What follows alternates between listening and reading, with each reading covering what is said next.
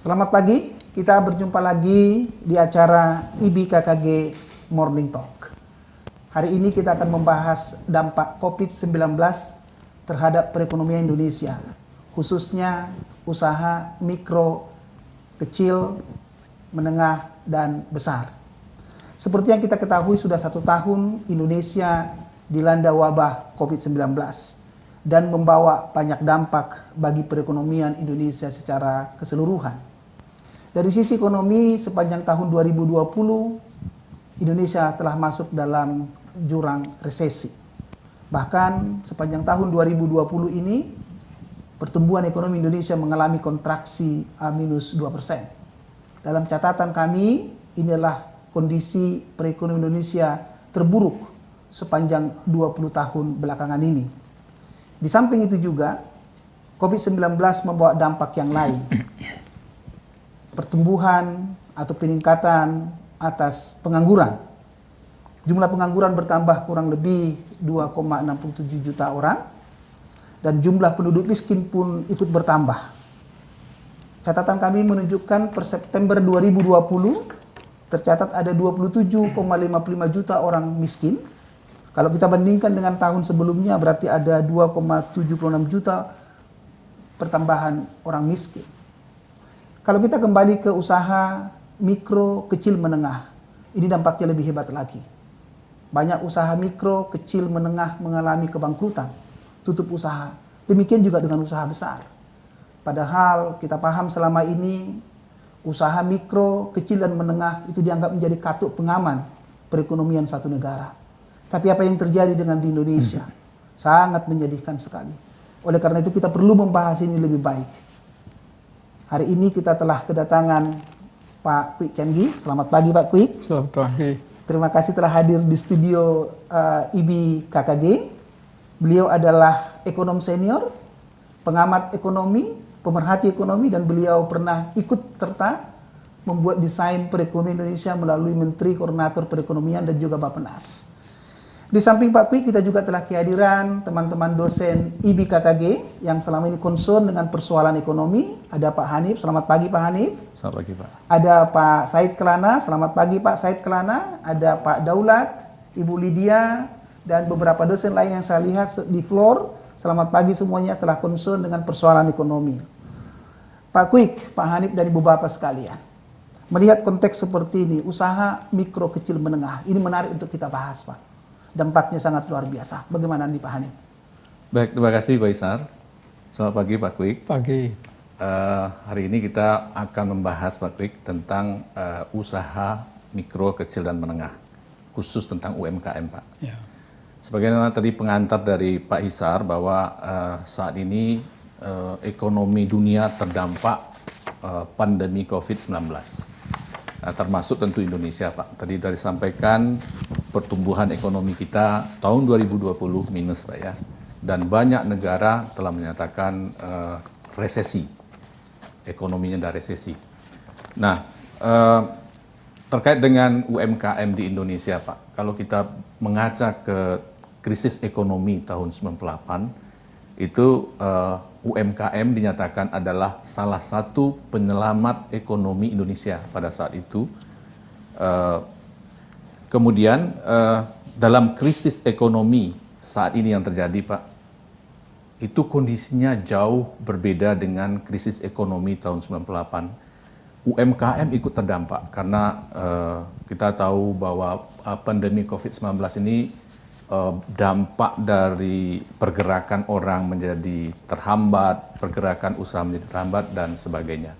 Sehingga UMKM juga sebetulnya ikut terpengaruh pertumbuhannya, bahkan banyak tadi yang sudah gulung tikar yang sebagaimana Pak Isar sampaikan tadi. Tapi bagaimanapun di tingkat usaha mikro dan kecil, mereka tentu harus survive di dalam hidup Pak ya.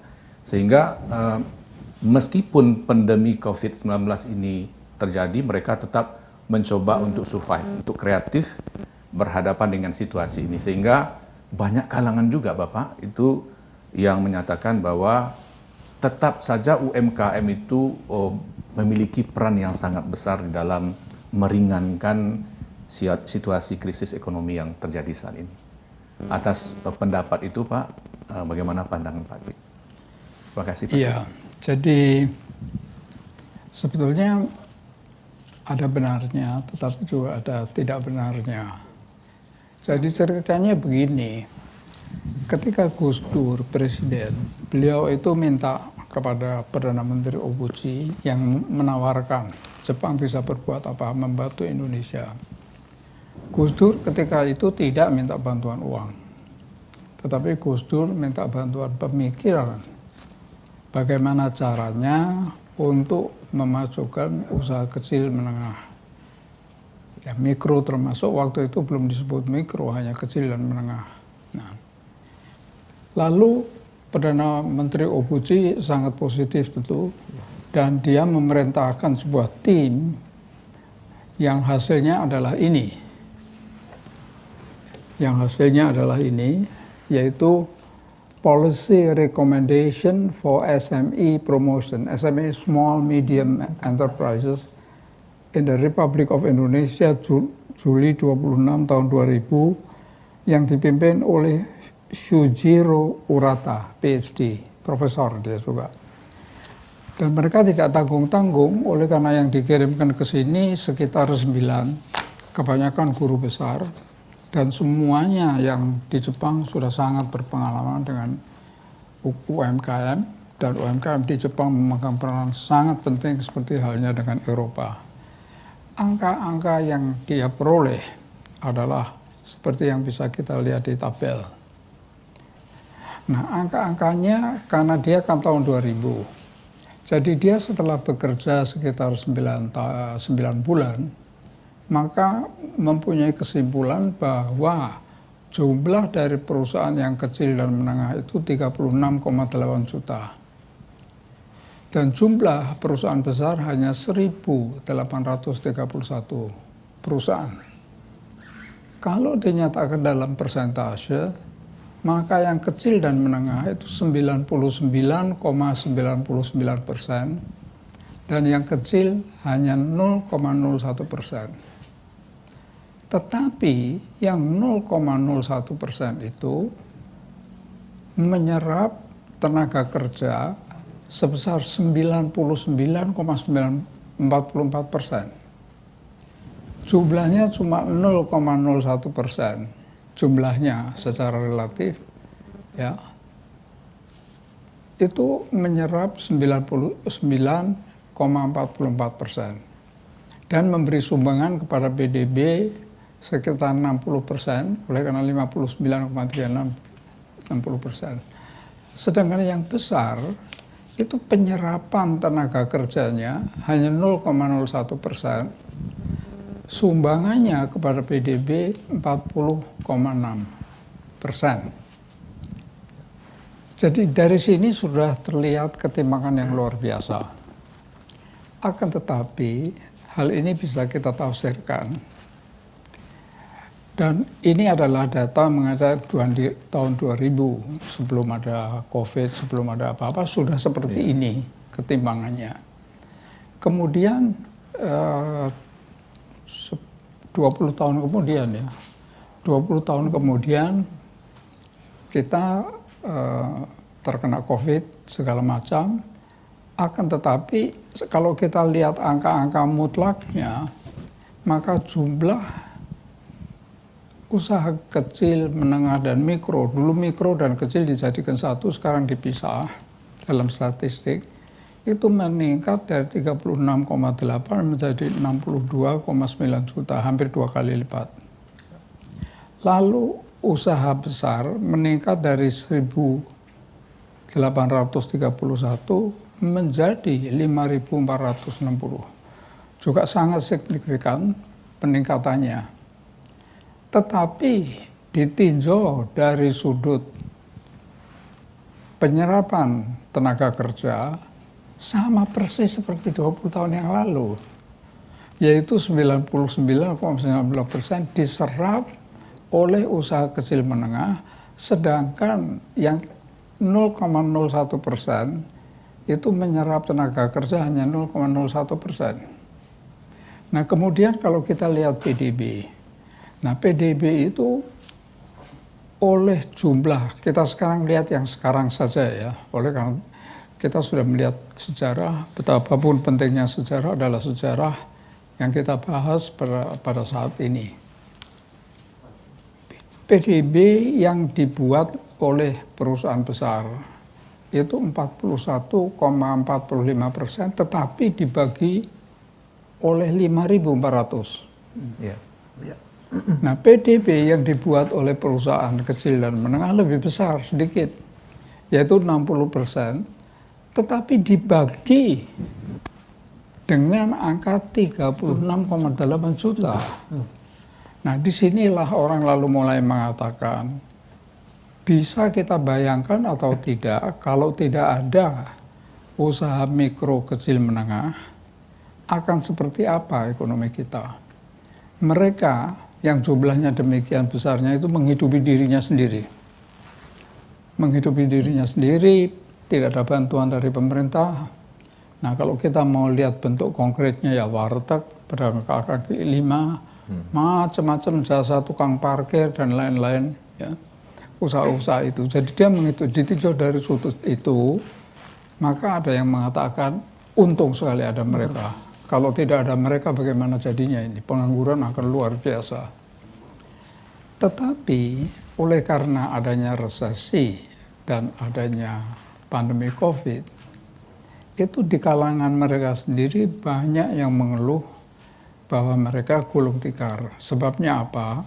Sebab jumlah konsumen yang membeli barang-barang mereka itu menyusut. Dengan sendirinya omsetnya menyusut, laba menyusut, dan mereka mengalami angka-angkanya itu berapa tidak available. Saya tidak tahu harus dicari di mana. Mungkin Biro Statistik mempunyainya. Nah, inilah jawaban yang dikatakan mengapa di satu pihak dikatakan untung ada mereka, di lain pihak dikatakan tidak. Sekarang akhirnya saya ingin memberi komentar sedikit mengenai PDB. Produk domestik bruto itu apa definisinya? Definisinya adalah semua barang dan jasa yang dibuat di atas bumi Republik Indonesia, tidak peduli oleh siapa. Dan tidak peduli warga negaranya, tidak peduli perusahaannya. Nah, sehingga kalau ada PDB sebesar sekian, lalu kemudian dibangkitkan oleh 5.460, membangkitkan PDB 41%, itu boleh dikatakan barang dan jasa yang diproduksi itu kan dinikmati, labanya dinikmati oleh yang hanya 5.400, kalau tahun 2000 1.800. Jadi dari angka-angka ini, kecuali yang kita katakan tadi mengenai untung, tetapi kena pandemi, itu harus ditambah lagi ketimpangan dalam pendapatan, itu luar biasa. Oleh karena PDB itu hanya dinikmati oleh 5.460 orang, saya tidak mengatakan secara mutlak PDB itu adalah barang dan jasa yang diproduksi yang harus dijual, dan untuk membuat itu ada biayanya sehingga ada laba netonya. Namun demikian laba neto itu dibandingkan dengan itu kurang lebihnya sama, bahkan margin laba yang dimiliki oleh perusahaan besar biasanya jauh lebih besar persentasenya ketimbang yang dimiliki oleh usaha kecil, mikro, menengah. Jadi itu bertambah lagi ketimpangan yang luar biasa. Jadi inilah jawaban. Di sini saya mengemukakan angka-angka apa adanya tanpa mempunyai maksud dan spirit mengkritik sedikit pun. Oleh karena ini dimulai dengan angka tahun 2000 sampai 2021, sehingga tidak menyangkut pemerintah yang apa tidak disebut, dan angka-angka ini adalah angka-angka bukan saya yang membuat. Yang tahun 2000 dibuat oleh tim dari Jepang, yang tahun 2021 yang sekarang ini adalah angka-angka resmi yang dikeluarkan oleh Biro Pusat Statistik atau Kan kita mempunyai Kementerian UMKM, Kementerian Koperasi juga kita punya. Jadi begitu, Faisal. Ya. Luar biasa Pak Kwik, angka-angkanya memang sangat, kalau saya dari sisi ekonomi melihat apakah kondisi seperti ini bisa menjamin ya pertumbuhan ekonomi yang berkelanjutan ya. Perannya yang begitu sangat luar biasa, perbedaan antara, kalau kita bagi ya, antara dua kelompok ini kita bagi, satu UMKM, kita sandingkan dengan usaha besar gitu ya. Ini sangat luar biasa perbedaan, baik dalam konteks saya melihat sebetulnya adalah dari sisi jumlah gitu ya. Jumlahnya sangat begitu banyak, tapi kontribusinya kepada PDB itu tidak begitu signifikan. Ini hal yang menarik untuk kita bahas lebih lanjut.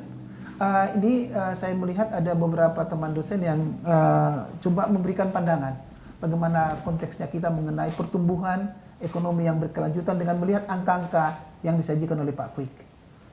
Ada Ibu Lydia, silahkan Ibu. Ya, baik, terima kasih Faisal atas kesempatannya. Selamat pagi Pak Kwik. Oke. Baik, setelah saya melihat angka-angka di sini memang terlihat bahwa secara sekilas UMKM ini dia berkontribusi sebesar 62,93% dari PDB. Ini kalau nggak salah data tahun 2018-2019. Dan dia ini sebenarnya dari 99,99% unit usaha yang ada UMKM-nya saja. Hanya lalu untuk untuk usaha besarnya itu sendiri hanya 0,01% unit usaha sebenarnya kan, dan dia memberikan kontribusi sebesar 37,07%. Oke, baik, ternyata memang besar kontribusi dari UMKM ini, tetapi setelah kita breakdown ternyata masing-masing masih jauh dari kontribusi yang diberikan oleh usaha besar.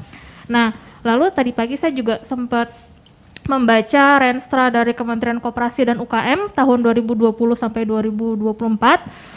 Memang di sana pun dikatakan bahwa kontribusi UMKM yang sebesar 62,93% ini memang masih jauh Pak, begitu dari apa yang mereka targetkan. Jadi capaiannya itu masih sangat kurang seperti itu. Jadi sebenarnya masih bisa ditingkatkan lagi, apalagi kalau seandainya kita bandingkan dengan yang sudah dikategorikan oleh Kementerian Koperasi, di mana kalau mikro itu kan sekitar 50 juta maksimum ya yang bisa dihasilkan seperti itu per bulan.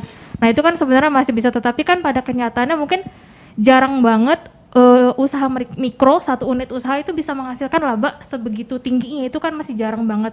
Nah itu, dan permasalahan klasik yang mereka katakan itu adalah pada akses pemodalan, seperti itu Bapak. Ya mungkin Pak Daulat Pohan ingin menambahkan. Baik, terima kasih Bu Lydia, terima kasih Pak Hisar, selamat pagi Pak Kwik. Saya mungkin hanya menambahkan, kita melihat dalam kondisi pertumbuhan ekonomi yang sekarang ini semakin melambat bahkan negatif, UMKM adalah salah satu jalan untuk membantu masyarakat di Indonesia ya, untuk tetap bisa menjalankan roda perekonomian. Fungsi UMKM itu sendiri pertama itu untuk pemerataan, karena jaringan UMKM itu bisa sampai ke pedesaan dan bisa mencakup seluruh apa yang diproduksi oleh masyarakat. Yang kedua, untuk pengentasan kemiskinan, karena UMKM itu bisa juga memberikan penyerapan tenaga kerja. Yang ketiga, kalau UMKM ini nanti berkembang, dia akan bisa mendatangkan sumber devisa melalui ekspor. Nah, kalau kita mau mengembangkan UMKM, ada beberapa kebijakan yang bisa dilakukan oleh pemerintah, karena kita harus melihat juga dari dua sisi supply maupun sisi demand. Pemerintah bisa saja memberikan subsidi bunga kepada UMKM, restrukturisasi kredit atau hutang, kemudian juga jaminan modal kerja, terus kemudian pengurangan pajak bagi UMKM yang produktif. Tapi dari sisi mikro perusahaannya juga, UMKM juga harus meningkatkan kualitasnya dengan misalnya meningkatkan kuantitas dan kualitas daripada produksinya, kemudian kemampuan manajemennya, kemudian juga masalah packaging, marketing, produksi maupun keuangan. Tetapi yang menjadi masalah kembali lagi, lemahnya permintaan masyarakat atau lemahnya dari sektor demand ini. Karena adanya pembatasan melalui kebijakan-kebijakan seperti PSBB ini memang membuat kondisi UMKM berproduksi, tetapi yang pembelinya mungkin semakin berkurang. Yeah. Nah, disinilah mungkin perlu ada stimulus mungkin dari pemerintah kepada sektor demand-nya ini supaya bisa bertambah, atau mungkin sesudah nanti dampak daripada vaksinasi ini berjalan dengan baik, mungkin roda perekonomian bisa kembali lancar. Begitu kira-kira Pak. Menarik ya Pak Kwik, beberapa argumen dari teman-teman dosen. Ini bagaimana nih Pak Kwik? Jadi sebetulnya banyak yang sama dengan yang dianjurkan oleh tim Profesor Urata dari Jepang. Oleh karena kesimpulan mereka adalah bahwa rekomendasi tim Urata ini mengatakan pertama, UMKM sebaiknya difungsikan sebagai industri pendukung dari industri besar, dalam arti bahwa UMKM biasanya berbentuk industri rumah tangga, akan tetapi janganlah terbatas pada urusan konsumen, jangan terbatas pada urusan warteg, jangan hanya pedagang kaki lima yang jual sate, jual bakso di pinggir jalan, melainkan mereka juga harus bisa membuat suku cadang untuk pabrik-pabrik besar. Dan ini memang ada buktinya, jadi bahwa mereka merekomendasikan ini di Jepang dan terutama di Jerman memang demikian. Yaitu bahwa pabrik mobil tentu yang sulit-sulit dibuat oleh pabrik mobilnya. Tetapi banyak suku cadang seperti setirnya, kendalinya, seperti ya hal-hal kecil yang bisa dibuat oleh industri rumah tangga itu disuplai oleh mereka. Dan untuk itu harus dididik, harus diarahkan ke sana tanpa menyepelekan, tanpa merendahkan apa yang sudah dilakukan oleh UMKM dalam bentuk apa adanya seperti sekarang. Nah, kedua tadi disebut-sebut tentang bantuan modal. Nah, di sini tim Urata juga mengatakan modal itu harus dibantu oleh karena mereka tidak punya modal. Biasanya modalnya sangat berkurang. Karena itu modal bisa diberikan dalam bentuk kredit dari bank, tetapi dengan persyaratan yang khusus sehingga bank tidak boleh meminta jaminan yang tidak mereka miliki. Hanya yang terpenting dari segala-galanya adalah pemberian kredit itu mutlak harus didampingi dengan pendampingan. Jadi ada orang dari bank, ahli-ahli dari bank yang mendampingi terus dan membimbing, memberitahu bagaimana memperbaiki manajemen dan mengontrol angka-angkanya sambil memastikan pas untuk mulai menabung. Nah, lalu yang ketiga, mereka karena tidak mempunyai modal. Kalau kita ingin, mereka punya modal tapi kecil sekali. Nah ini kan mau dibikin besar. Jadi modal equity mereka harus diperbesar. Jangan hanya modal pinjaman, modal equity pun harus diperbesar. Dan untuk itu dibutuhkan modal ventura. Modal ventura adalah modal yang hilang-hilangan. Jadi pemerintah sudah memperhitungkan calculated risk bahwa modal itu bisa hilang. Dan pemerintah rela kalau itu hilang, tetapi setelah betul-betul dibimbing dan memenuhi segala persyaratan. Bagaimana teknik caranya itu dalam diskusi selanjutnya. Sesi berikutnya Pak Kwik, ini menarik, ya, masalah modal ventura Pak. Itu tersendiri tekniknya. Nah, kemudian mereka harus mulai diberdayakan untuk mengakses pada pasar modal. Jadi yang menjadi menengah itu kalau solid betul harus diarahkan, diajari sampai punya akses pada pasar modal. Karena kalau mempunyai akses pada pasar modal, mereka bisa melakukan emisi, mencetak saham dan sahamnya dijual di pasar modal sehingga mereka bisa mendapat modal equity, modal equity. Jadi modal equity itu adalah modal yang merupakan yang memiliki itu, yang memiliki saham juga memiliki perusahaan sesuai dengan persentase yang dia miliki. Dan itu adalah mengandung risiko yang risk bearing. Artinya kalau rugi ya mengecil, kalau bangkrut hilang sama sekali. Tapi kalau laba mereka mendapat laba yang besar. Jadi itu berbeda. Kalau modal pinjaman kan tidak. Kalau kredit jumlah itu harus dikembalikan pada tanggal sekian dengan pembayaran bunga sekian dan sebagainya. Jadi non risk bearing capital, tidak mengandung risiko gitu. Jadi sudah pasar modal. Kemudian sangat dianjurkan supaya industri UMKM itu juga mulai ekspor oriented. Dan dalam hal ini ya memang banyak sekali itu klise orang mengatakan ekspor gitu kan. Tetapi di Urata ini dikatakan dengan sangat jelas bahwa di seluruh dunia itu ada saja daerah-daerah yang secara kultural, secara kebudayaan, secara turun-temurun itu mempunyai suatu keahlian khusus. Jadi kalau sebagai contoh misalnya di sini Cibaduyut itu secara turun-temurun ahli membuat sepatu. Nah, kalau urusan tekstil dan konveksi Bandung dan sekitarnya. Betul, Pak. Jadi itu kalau dicari akan banyak sekali daerah-daerah yang punya bakat itu harus dikembangkan yang sedemikian rupa sophisticated sehingga bisa diekspor, sehingga laku. Contohnya apa?